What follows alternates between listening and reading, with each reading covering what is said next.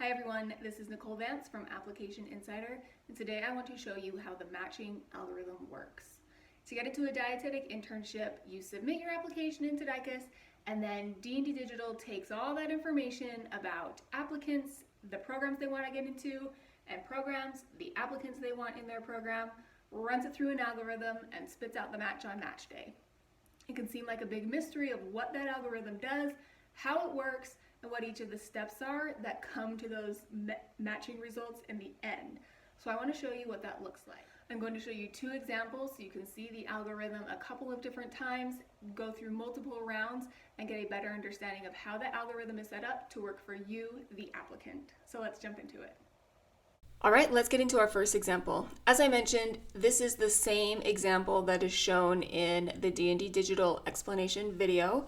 So the names of applicants, the names of programs, the order that they have ranked everything, all of that is the same. I just found as I was kind of working through it myself and tried to replicate it, this visual was really helpful for me. And so I'm sharing the exact same information that's in this video with this visual representation, and then I will show another example as well. So let's jump into the algorithm.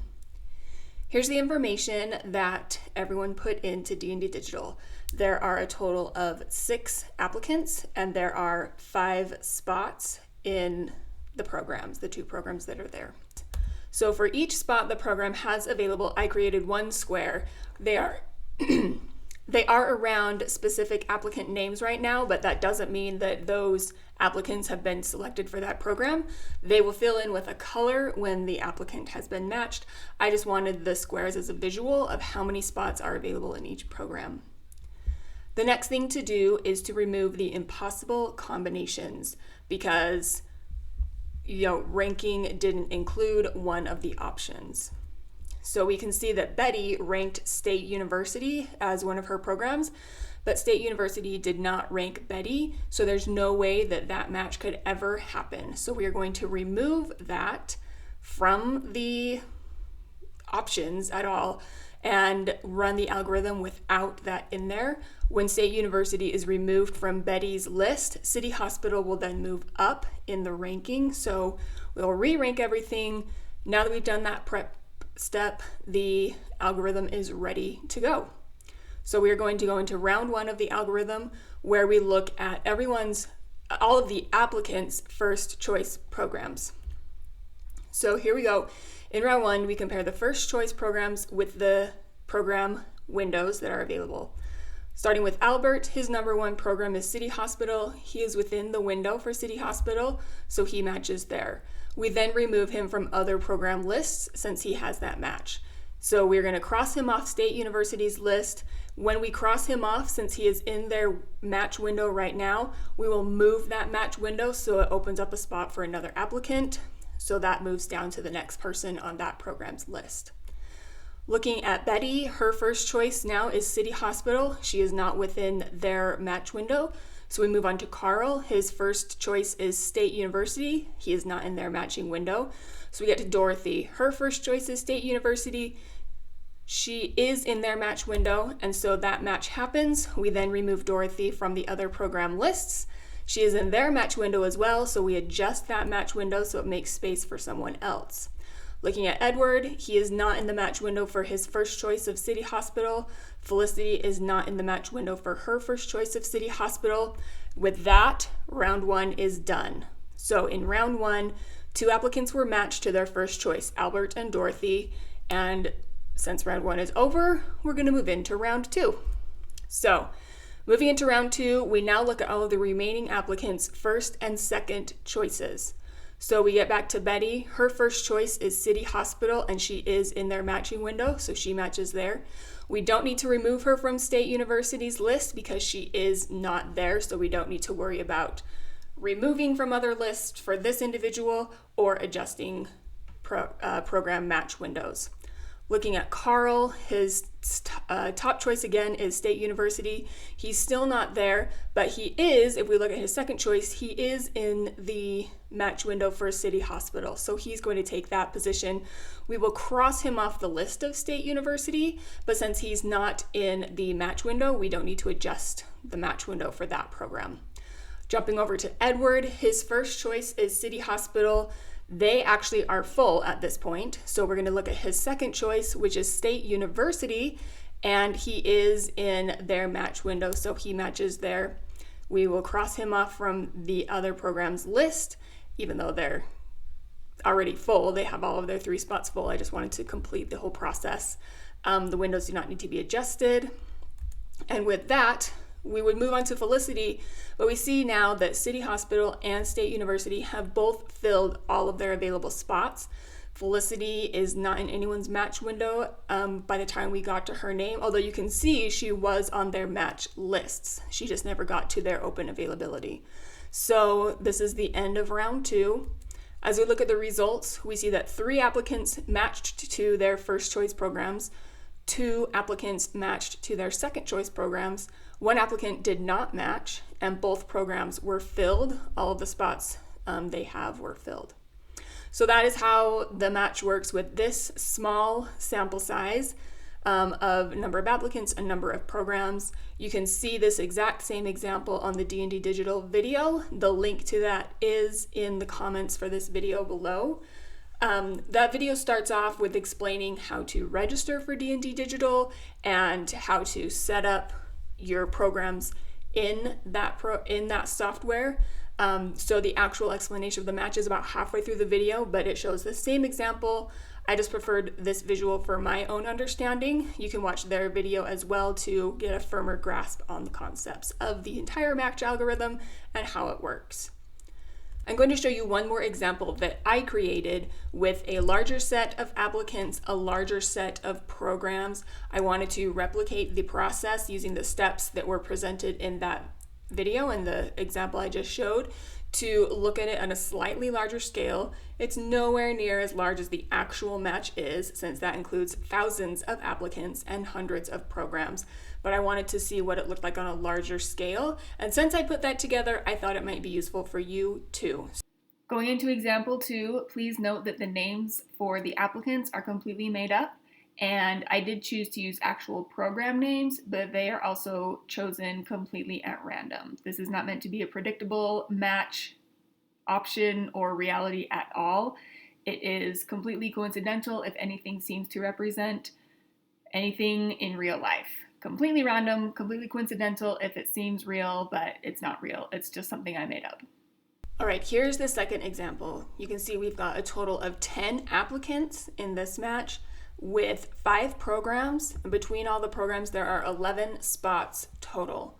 So this is a little bit larger sample size. It's going to take a little longer to go through, but the same process applies. First, we're going to make sure we know the matching windows for each of the programs. So those windows are here. And then we need to remove the impossible combinations. So any intern who ranked a program that did not rank the applicant, and any program who ranked an applicant but did not rank the program. I've got both of those examples here. So we can see several programs within the applicant lists where the applicant said, so for example, Tony, he ranked Duke University, but Duke University did not rank Tony, so that's an impossible combination, so we'll remove that. There is one under the program Beth Israel. You can say that they ranked Ivy, but Ivy did not rank Beth Israel. And that situation happens if, so for example, Ivy applied to Beth Israel program, but she decided for whatever reason not to rank that program as one of her options. That's certainly an option for applicants, but I think it's important for an applicant to realize that when they remove a program from their list, they are essentially saying, I would rather receive no match at all than match to this particular program. And that may be the case for you based on any interactions you've had with that program or other programs, but it's important to know as an applicant, if you remove a program from your rank list, you are saying that I would rather have 0 match than match to that program. So just make sure you understand what's happening if you do choose to remove a program from your rank list. So these are the impossible combinations. We will remove them and we will re-rank the affected lists for both applicants and for programs. So this is the ready to go list setup that we will run through the algorithm. So we're going to jump into round 1. We will start with the applicant's first choices and compare those to each of the program's match windows. Olivia's first choice is Cal Poly, and she is in Cal Poly's match window, so she will match there. Next, we will remove her from all other program lists and then adjust those program windows. Moving on to Tony, he is not in the first choice. He is not in the window for his first choice program. Taylor is not in the window for her first choice program. But as we move on to Fred, he is in the window for his first choice program. So then we will remove him from all other lists and adjust those program rank windows. Looking at Ivy, she is not in the window of her first choice program. Looking next to Sierra, she is in the window of her first choice program, so she matches there. We remove her from all other lists. We remove her from all other lists and adjust those program windows. Next, we've got Steven, who is in the window of his first ranked program. We remove him from all other lists and adjust the matching windows. Looking at Elaine, she is not in the window of her first choice program. Nina is not in the window of her first choice program. We look at Ted, he is in the window of his first choice program. He actually, the window has moved down to his name as other applicants matched to other programs. So he is now in the window for his first choice program. He matches there. We remove his name from all other lists and we adjust the windows. I do want to note that there in Emory, since other interns that they ranked, since other applicants they ranked already matched to other programs, one of their window spots has gone to a blank, meaning their list is right now it has gotten shorter than the number of spots they have available. But I still moved that match window because there's no other names for it to fall on. Since we've gone through every applicant's first choice, round 1 is now complete. So we had 5 applicants that matched to their first choice: Olivia, Fred, Sierra, Stephen, and Ted. And we have 2 programs that have been filled. All of their available spots have been filled. Those programs are Cal Poly and Duke. So we're going to move on to round 2, which is looking at the first and second choices for all of the remaining applicants. For round 2, we'll start with Tony. He is not in the matching window of his first choice. He is also not in the matching window of his second choice. His second choice is actually full. So we will move on to Taylor. She is not in the matching window of her first choice, but she is in the matching window of her second choice. So she will receive that position. We will remove her name from all other lists and adjust the program windows. Looking at Ivy, she is not in the window for her first choice, but she is in the window for her second choice. So she will match there.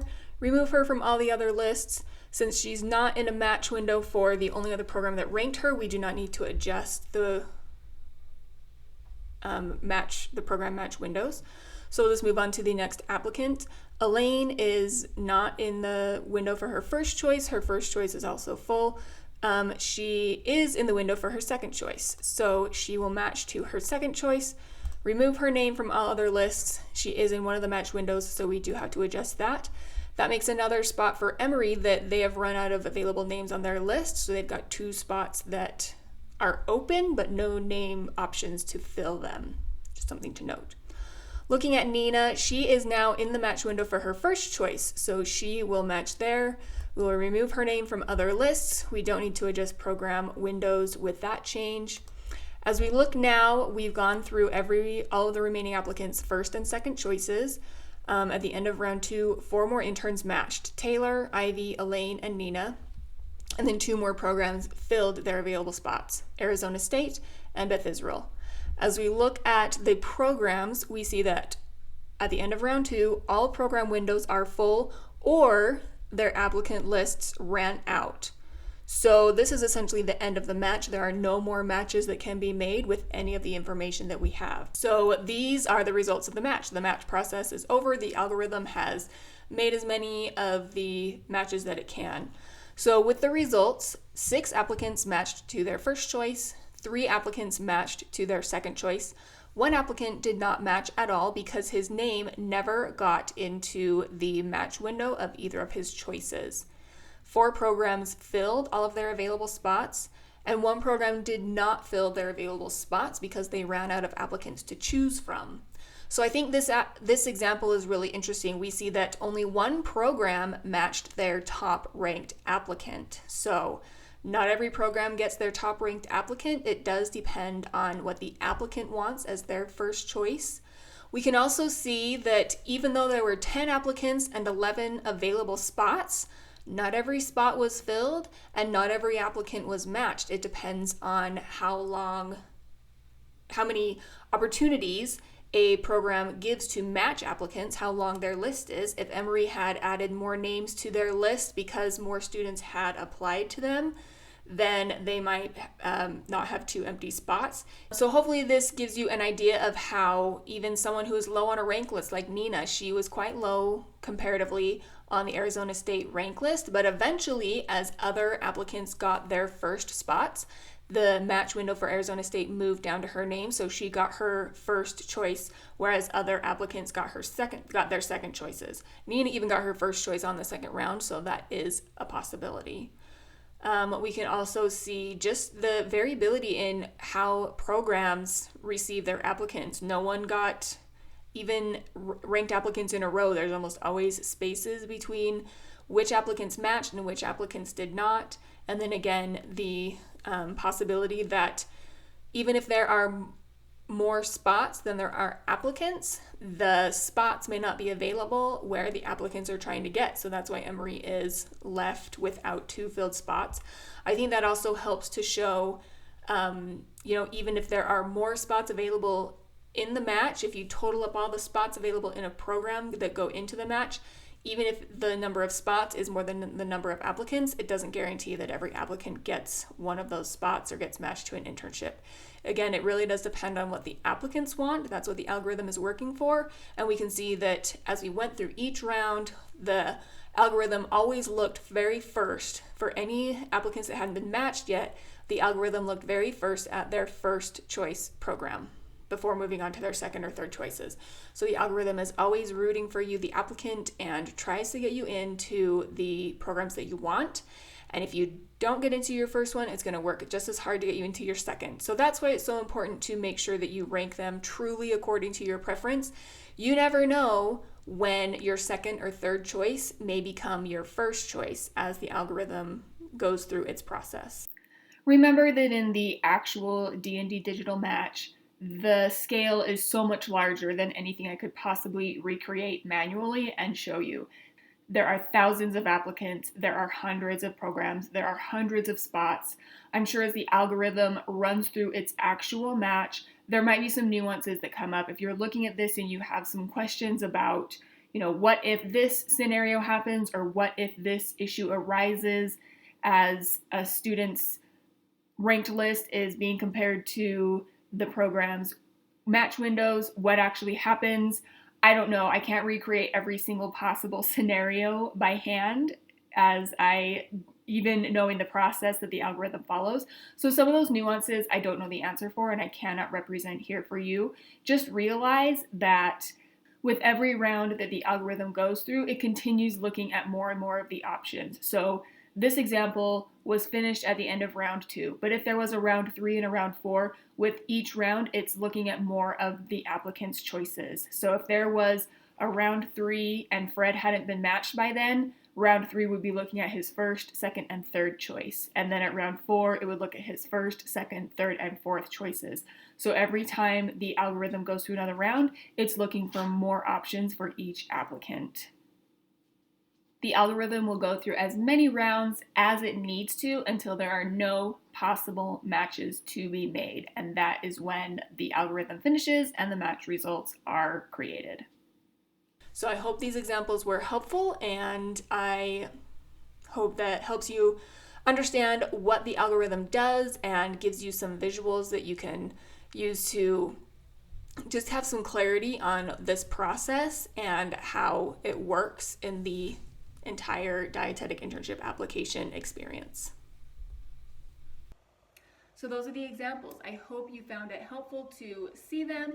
I know for me, going through the steps a couple of different times, seeing that process as it affects applicant lists and program lists every time it passes through the algorithm was really helpful for me. I hope it brings some clarity to you as well. My goal as a dietetic internship application guide is to make sure that you go into your application process and the match with confidence, that you feel like your application represents you well and that it will stand out from all the others in all of the best ways. To do that, I've got tools, information, and guidance over at applicationinsider.co. I hope you'll stop by to really strengthen your application and get what information and tips I've got available for you. Wherever you are in the dietetic internship application process, I wish you the best and wish you good luck in your match.